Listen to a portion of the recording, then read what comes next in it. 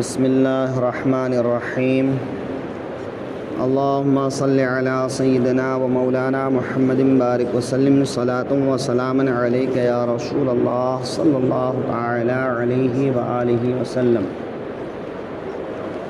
تفسیر کے سلسلے میں آج سورہ بقرہ کی آیت نمبر 80، اس میں اللہ تعالی ارشاد فرما رہا ہے وَقَالُوا لَن تَمَسَّنَا النَّارُ إِلَّا أَيَّامًا مَّعْدُودَةً،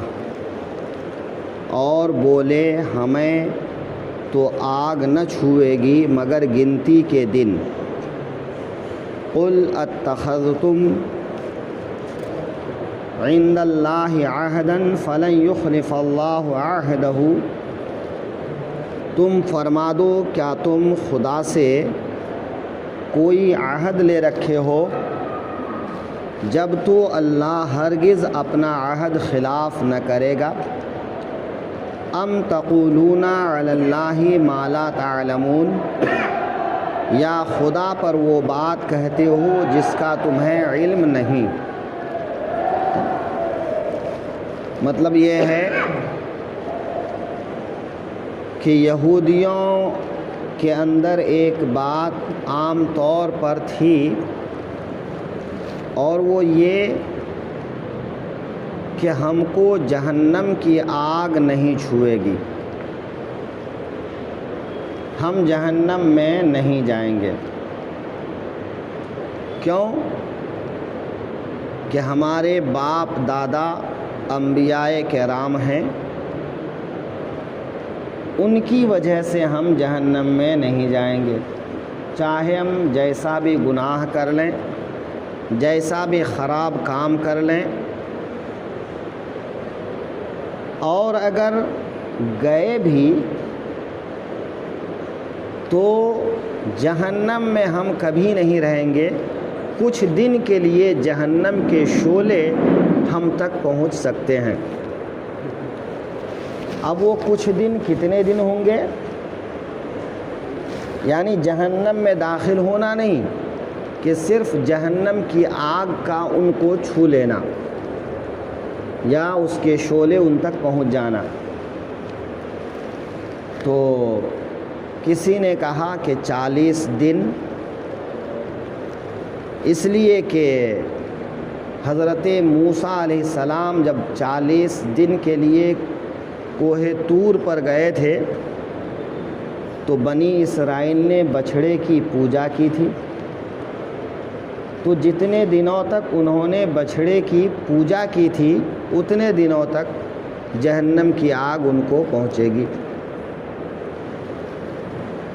کچھ لوگوں نے کہا کہ 7 دن، اور وجہ یہ بتایا کہ ایام یہ جمع قلت ہے، اور جمع قلت کا اطلاق 10 سے کم پر ہوتا ہے، لہٰذا ان لوگوں نے مراد دیا کہ 7 دن، اس لیے کہ بنی آدم کی حیات کل کے کل جو ہے 7000 برس ہے، تو دنیا کی حیات 7000 برس ہے، تو اسی لحاظ سے قیامت کا جو دن ہوگا، حساب و کتاب کا جو دن ہوگا، وہ ایک دن 1000 سال کا ہوگا۔ تو اس طرح سے 7 دن وہ جہنم کی آگ ان کو پہنچے گی۔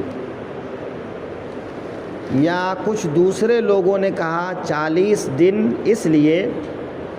کہ جہنم کی جو لمبائی چوڑائی ہے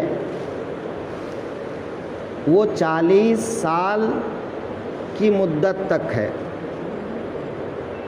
کہ اگر ایک کنارے سے دوسرے کنارے تک گزرنا ہو تو گزرنے میں 40 سال کا زمانہ گزرے گا۔ تو کچھ لوگوں نے یہ مراد لیا کہ 40 سال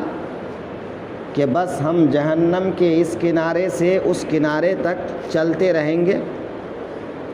اور اس طرح سے 40 سال گزر جائے گا۔ اور جو ہمارے باپ دادا ہیں وہ ہماری سفارش کریں گے، اور وہ سفارش بھی ان کا جو عقیدہ تھا کہ وہ بزور سفارش کریں گے، یعنی اللہ تعالیٰ کو معاذ اللہ ان کی سفارش قبول کرنا ہی ہوگا، حالانکہ یہ چیز شرک ہے، کفر ہے، کہ یہی تو مشرکین بھی کہتے ہیں۔ مشرکین بھی تو اللہ کے وجود کا انکار بہت کم کرتے ہیں، وہ بھی مانتے ہیں کہ اللہ کا وجود ہے، خالق کا وجود ہے، لیکن اس کے ساتھ وہ اپنے باطل معبودوں کو شریک ٹھہراتے ہیں اور کہتے ہیں کہ یہ باطل معبود ہماری سفارش کریں گے، اور خواہی نہ خواہی معاذ اللہ سفارش قبول کرنا پڑے گا اللہ تعالیٰ کو۔ تو یہی تو ان کا شرک ہے۔ تو ایسے ہی یہودی کہا کرتے تھے کہ ہمارے آباء اور اجداد کی سفارش اللہ تعالیٰ کو قبول کرنا ہی ہوگا، اور وہ سفارش کریں گے، اور ہم اس طرح سے 40 سال تک جو ہے جہنم پار کر کے جہنم سے گزر جائیں گے۔ یا یہ کہ وہ کہتے تھے کہ اگر کفر بھی ہو تو کفر کی سزا بھی دائمی جہنم نہیں، بلکہ ایک زمانے تک، اگرچہ وہ زمانہ کتنا ہی ہو، وہ جہنم میں رہیں گے، بالآخر ان کی جہنم سے نکال کر جنت میں دخول ہوگا، ان کو جہنم سے چھٹکارا ملے گا۔ تو طرح طرح کی باتیں یہ یہودی کیا کرتے تھے۔ اسی کو اللہ تعالیٰ نے فرمایا کہ یہودی یہ بولتے ہیں کہ اس کو جہنم کی آگ نہ چھوئے گی مگر گنتی کے چند دن۔ تو آگے اللہ تعالیٰ ارشاد فرما رہا ہے کہ یہ ایسی بات ہیں جن باتوں کا علم صرف گمان سے لگایا نہیں جا سکتا، ان باتوں کا علم وحی کے ذریعے سے ہو سکتا ہے، نبی اور رسول کے ذریعے سے ہو سکتا ہے، اور تم تو نبی اور رسول کو مانتے ہی نہیں، تو پھر تم کو کیسے معلوم کہ تم جہنم میں نہیں جاؤ گے، یا جاؤ گے تو چند دن کے لیے، اور وہ چند دن بھی تم لوگوں نے گڑھ لیے ہے نا۔ تو اللہ تعالیٰ آگے ارشاد فرماتا ہے، اے محبوب صلی اللہ علیہ وسلم، ان یہودیوں سے پوچھئے کیا تمہارا اللہ تعالیٰ کے ساتھ میں کوئی معاہدہ ہے کہ یا تو تم نے خود یا تمہارے باپ دادا نے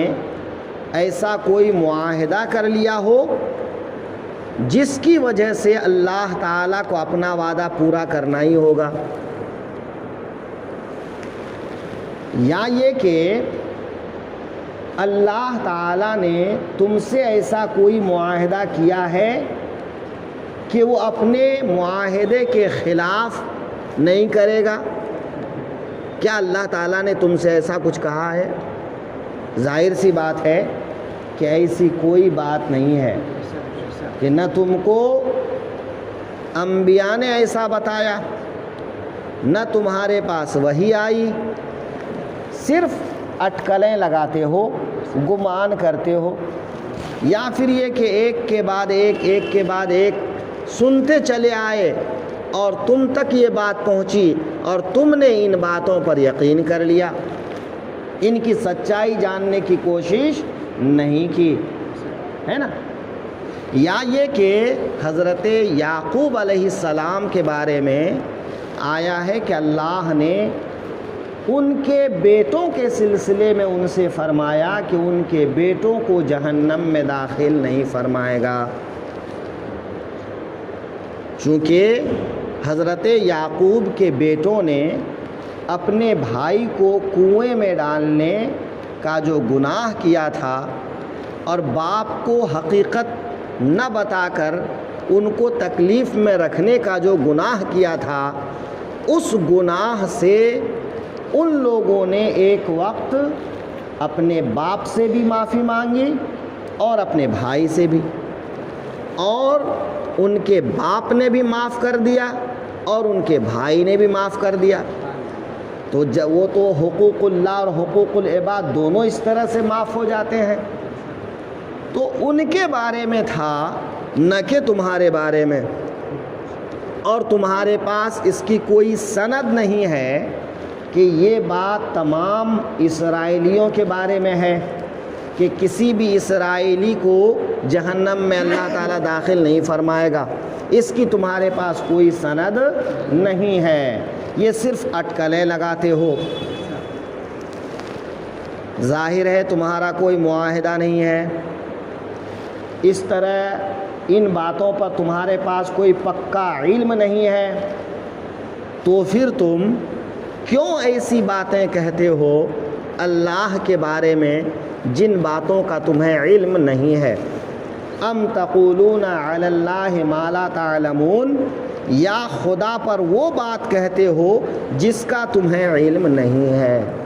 تو ایسی باتیں نہ کہو،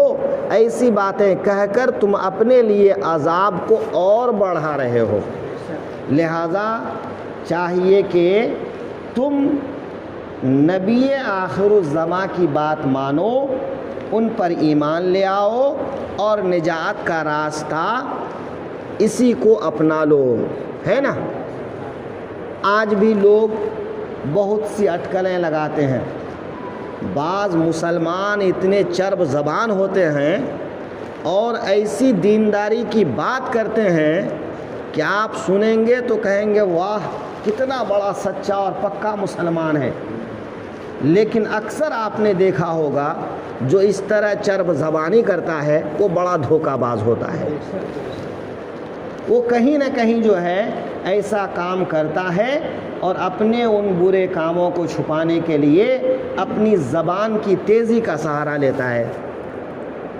لہٰذا ایسے لوگوں سے بچنا ضروری ہے، اور ایسے لوگوں کو ان آیات پر غور کرنا اور اللہ رسول کی بات پر یقین کرنا اور اپنے اس طرح کے کاموں سے باز رہنا ضروری ہے۔